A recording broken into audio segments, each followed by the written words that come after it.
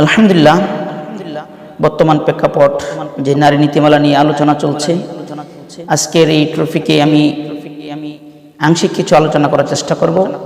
ওমা তৌফিক ইল্লা বিল্লাহ। আল্লাহ পাক রব্বুল আলামিন বলেছেন,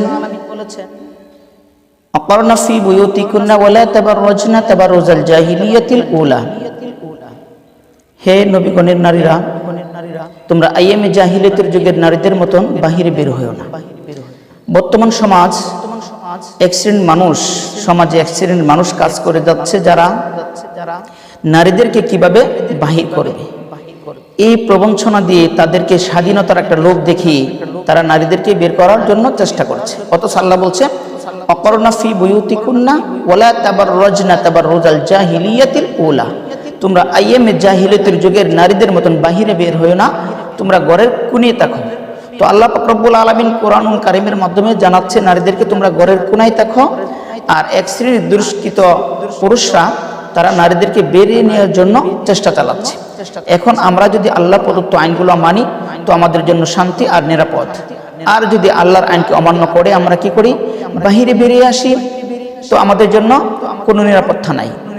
যেমন বর্তমান প্রেক্ষাপটে আমরা গাজীপুরের যে ঘটনাটা আমরা উপলব্ধি করেছি, আমরা জেনেছি, এখান থেকে স্পষ্ট বোঝা যায় যে আল্লাহ বিরোধী কিছু মানুষ, কোরআন বিরোধী কিছু মানুষ, ইসলাম বিরোধী কিছু মানুষ, মুসলিম বিরোধী কিছু মানুষ, তারা মুসলমানের সন্তানদেরকে ঘর থেকে বেরিয়ে নেওয়ার জন্য আপ্রাণ চেষ্টা চালাচ্ছে।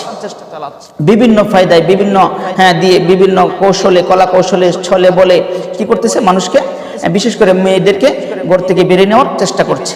এর মধ্যে এমন কিছু আছে যারা কি অর্থের লোভ দেখায়, কিছু সুন্দর যুবকদের লোভ দেখিয়ে মেয়েদেরকে কি করে প্রবঞ্চনা দিয়ে তাদেরকে বেরিয়ে নেওয়া যায়। যেমন গাজীপুরের যে ঘটনা ঘটেছে, ঋত্বিক শাহ নামক যে যুবক, সে তো সুঠাম দেহের অধিকারী, তার দিকে তাকাইলেই মায়া হয়। তো সাধারণত একটা মানুষ একটা সুন্দর মানুষের দিকে তাকাইলে মায়া লাগবে, এটাই স্বাভাবিক, কারণ আল্লাহ পাক রব্বুল আলামিন এই আকর্ষণ দিয়েই মানুষকে সৃষ্টি করেছে। আর যারা এই আকর্ষণ থেকে বাঁচতে পারবে তারা তো সফল কাম হবে, আর যারা বাঁচতে পারবে না তারাই বিফলে চলে যাবে। যেমন ঋত্বিক শাহ যেই সুঠাম দেহের অধিকারী ছিল ছেলেটা, তার দিকে তাকেই একটি মেয়ে তার প্রবঞ্চনায় শিকার হয়েছে। এখন মেয়ের অবস্থাকে আমরা সকলে জানি, ভাইরাল হয়েছে, আমরা সকলে বুঝতে পেরেছি। তো এখান থেকে আমরা শিক্ষা নিব যে আল্লাহ প্রদত্ত যে আইন কানুন আমাকে দিয়েছে, সেই আইন কানুন মেনে আমি আমার সতীত্ব রক্ষা করব ঘরে কোনায় থেকে, পর্দার সাথে চলে। আমি বেপর্দাভাবে অবৈধভাবে কারোর সাথে সম্পর্ক করে আমার এই সতীত্ব কি করব না, নষ্ট করব না, বিলীন হতে দেব না। সেজন্য আমি কি করতে হবে, ইসলামিক জ্ঞান আমাকে অর্জন করতে হবে।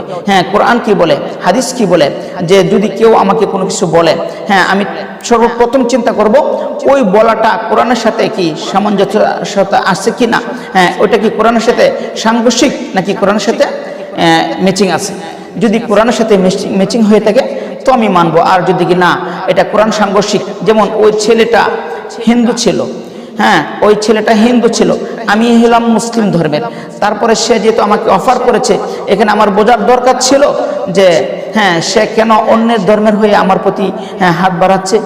এখানে কোরআন কি বলে, হাদিস কি বলে, আমার নৈতিকতা কি বলে, আমি যদি চিন্তা করতাম তো এই বিপদগ্রামে আমি হতাম না। সুতরাং আমি আমার এক বোনের ইজ্জত নষ্ট হয়েছে, এটাকে সামনে রেখে হাজার বোনের ইজ্জত যেন হেফাজত হয়, সেজন্য আমি সকলের প্রতি উদাত্ত আহ্বান রাখবো। আমরা কোরআনের প্রতি শ্রদ্ধা রাখবো, আমরা ইসলামী নীতিমালার দিকে আমরা শ্রদ্ধা রাখবো, আমরা ইসলামী কৃষ্টি কালচারকে নিয়ে লালন করার চেষ্টা করব। যে আমার ভিতরে যত ধরনের লোভ লালসা আছে সেইগুলো আমি যদি ইসলাম পন্থী হিসাবে ব্যবহার করি তো আমি আশা করি ক্ষতিগ্রস্ত হব না।